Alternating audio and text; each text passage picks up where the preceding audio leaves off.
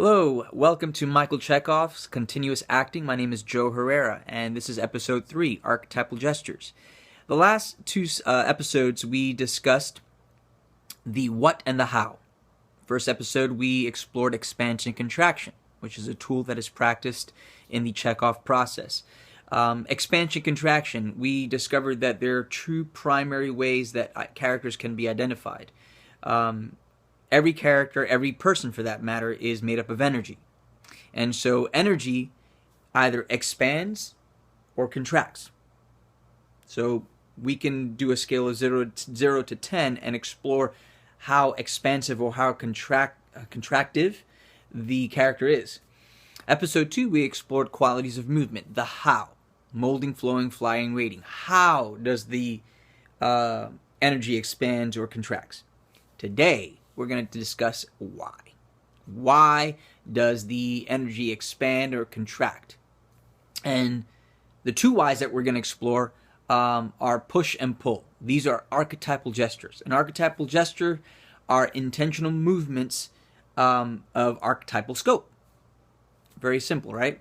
They're basically larger gestures that, if you think about it, for example, if you were to close your eyes and you were to imagine that you were a baby, and I were to tell you, show me a gesture that would show a baby wanting their mommy, almost every one of you would close your eyes. With closed eyes, you would do this. We were all together in a room, and we would do this. We would reach out or reach up. Reach up, doing this. And that is a universal language that is intrinsic in each and every one of us. So we want to tap into archetypal gestures. And the reason being is because it helps us to free our instrument, our bodies, from using our everyday self. We have habitual mannerisms, even habitual emphatic gestures that makes us who we are. We are all idiosyncratic individuals, and we all have different ways of gesturing and emphasizing certain things or communicating clearly to people. Like I tend to be very staccato with my movements, but if I'm playing a character that's a little bit more legato, then I have to explore that. And so a good way of exploring that, of freeing yourself from just limiting your gestures to your everyday self, is through archetypal gestures. Archetypal gestures, the best way to do that is we begin with our individual artistic stance and our individual artistic center, which I explained in the first several episodes, that is a ball of light that is found about 3 inches deep within your chest. This is who you are artistically. And so all your impulses, as far as archetypal gestures are concerned, come from and emanate from that center, from here. We use our whole bodies. We add movement to the gesture. So I want you to also imagine, with this ideal artistic center, before you do any movement, that there is an aura of your larger self that like a sheath that covers you. So think of it as about maybe arm length span, and it sheathes you, and that's called your life body or your energy body. If you were to do an MRI, a magnetic resonance imaging, you would see that every individual has that energy that's radiating out. You can even see, it's very cool, you can even see it with different colors. So, let's do push and pull. I'm just going to do less talking, and let's do it. So the first thing I want you to do is I want you to have your ideal artistic stance, and that is, in some acting schools it would be called neutral, but for our purpose, let's label it the individual artistic stance. So you're focused, and you have this individual artistic center in the middle of your chest, and all your impulses emanate from there. Imagine that ball of light is radiating out, expanding, growing, and shaping that energy body. That you are inside of that energy body. That energy body sheathes you. And I want you to take a nice inhale and back and push.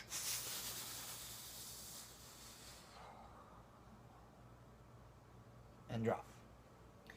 So you're inhaling. As you're inhaling, you are preparing your action. So you're imagining that your energy body is doing a larger, a grand, larger invisible gesture. So it's reaching the top of the ceiling and going back, back, back. And as you're ready to make the action, you do the action, letting your energy body do the action first, and your body follows through, and you push, push, using the heels of your hands, the heels of your feet, your pelvic area to push, activating that will. And you sustain it for 3 counts, for 3 moments or 3 beats. And then you let it go. That's prepare, action, sustain, and stop. We're using our full breath, our full body, full effort, and we're using also the extreme polarity. So we're going from one extreme, opposite side, to the next. That's push. And we do these archetypal gestures in order to activate our will. A lot of times you'll hear in different schools of thought and acting, what is your objective? What is your intention? What is your aim in that scene? Well, a lot of times it's very heady. You do all this analysis and it stays up here and the scene still remains dull. That's because it's not in the body. You know, we are physical beings. We are physical beings with a body, and in order for emotions, thoughts to be expressed, it needs to be in the body. That's why we have a body. It conveys thoughts, desires, emotions to people, to your audience. So this is a good way of activating your will force, which is found in the pelvic area and in your legs. This is your will force, and you want to activate that. You want to charge it up so that it's in your body. And remember, we talked about veiling the few episodes before, and so we can start to incrementally veil these gestures, and it can become emphatic gestures, nuanced gestures for your characters. Let's say if your character is wanting to push someone away. Well, we could do it big and broad like this, archetypally, and then we can veil that later. So let's do it archetypally.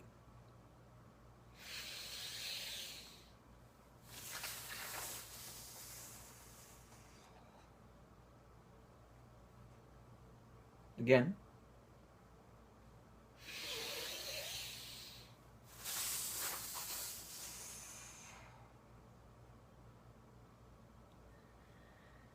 And now let's veil that. So I'm going to veil it at 90%. So my body will do it at 90%, but my invisible body, the energy body, will still do it at 100%.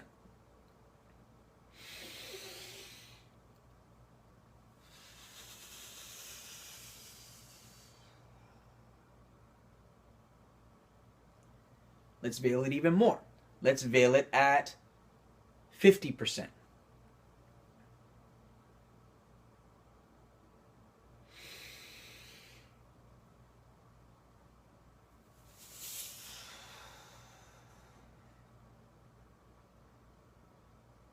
Let's veil it even more at 20%.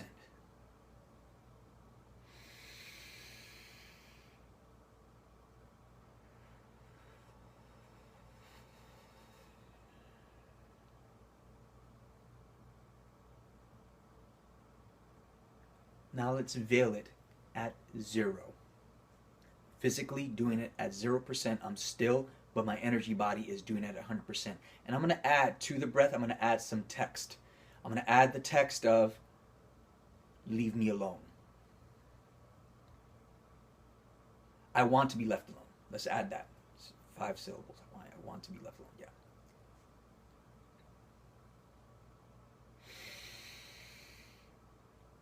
I want to be left alone.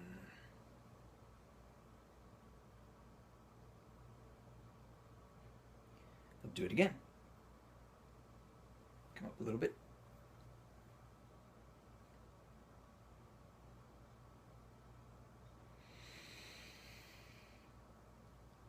I want to be left alone.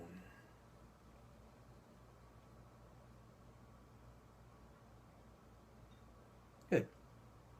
So that's a good way of working, of discovering objectives, intentions, desires, having it live in your body. When you do it broad to begin with, several and numerous times, it's charged up in your will force in your body, and so when you veil it like that for a scene, it's there. What I would also recommend, if you were to do this with a scene partner, or if you're doing a scene with a partner, explore with your partner. Maybe your partner is a pulling character and you are a pushing character. So explore the scene full out with broad gestures as you're saying your dialogue. I want to be left alone. And then let's say now we're going to talk about pulling. So let me just introduce it now. So the pulling, do it again broad, would be, let's say the dialogue would be, but I need you. But I need you. And then you keep doing that. Leave me alone. You can even change tempos. Leave me alone. The pulling. I need you. So you could play around with that. Again, it's not how it looks in the beginning. It's if it's charging up your body, what sensations, what feelings, what images, what thoughts are being evoked with these archetypal gestures. And then you could start to incrementally veil it. So now let's talk a little bit about pull. Pull, again, the same thing. It's a different gesture. It's archetypal gesture, so it has an intentional movement of archetypal scope.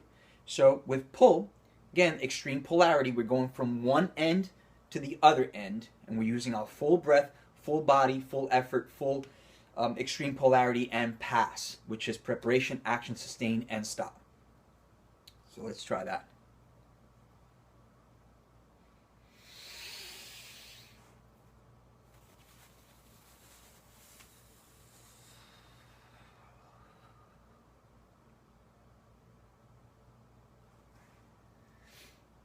Let's try a different pull. Let's try straight on.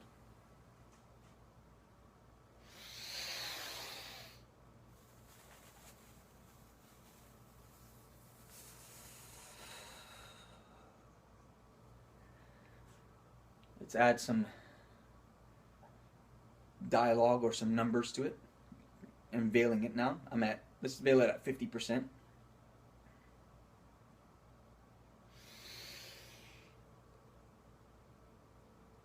One, two, three, 4,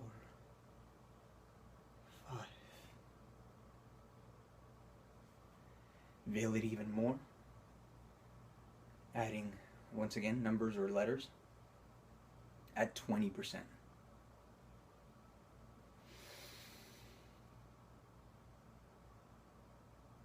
1, 2, 3, 4, 5.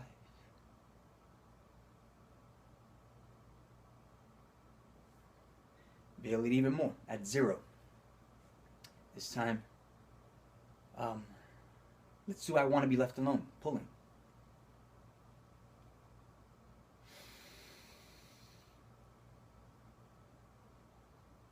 I want to be left alone.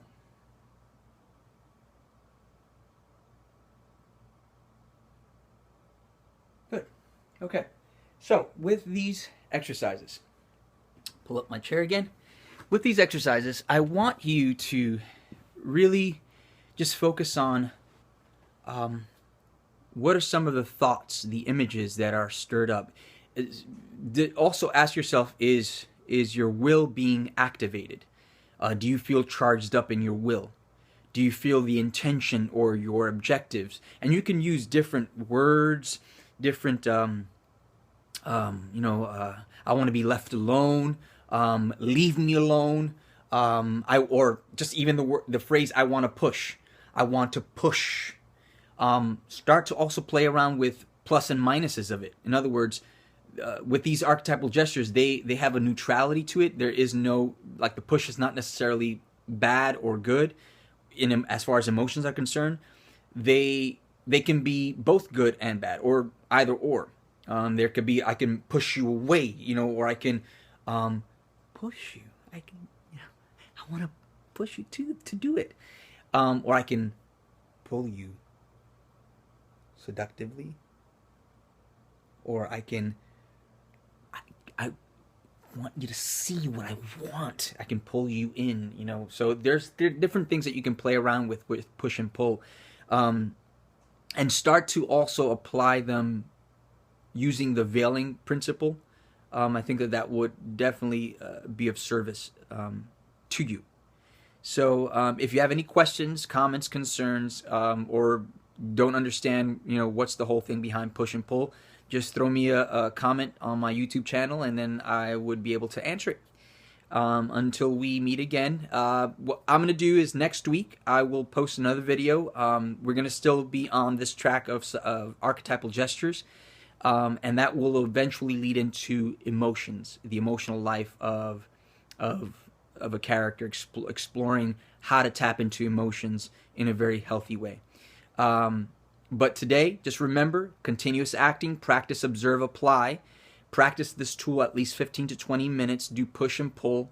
Try different types of pushes.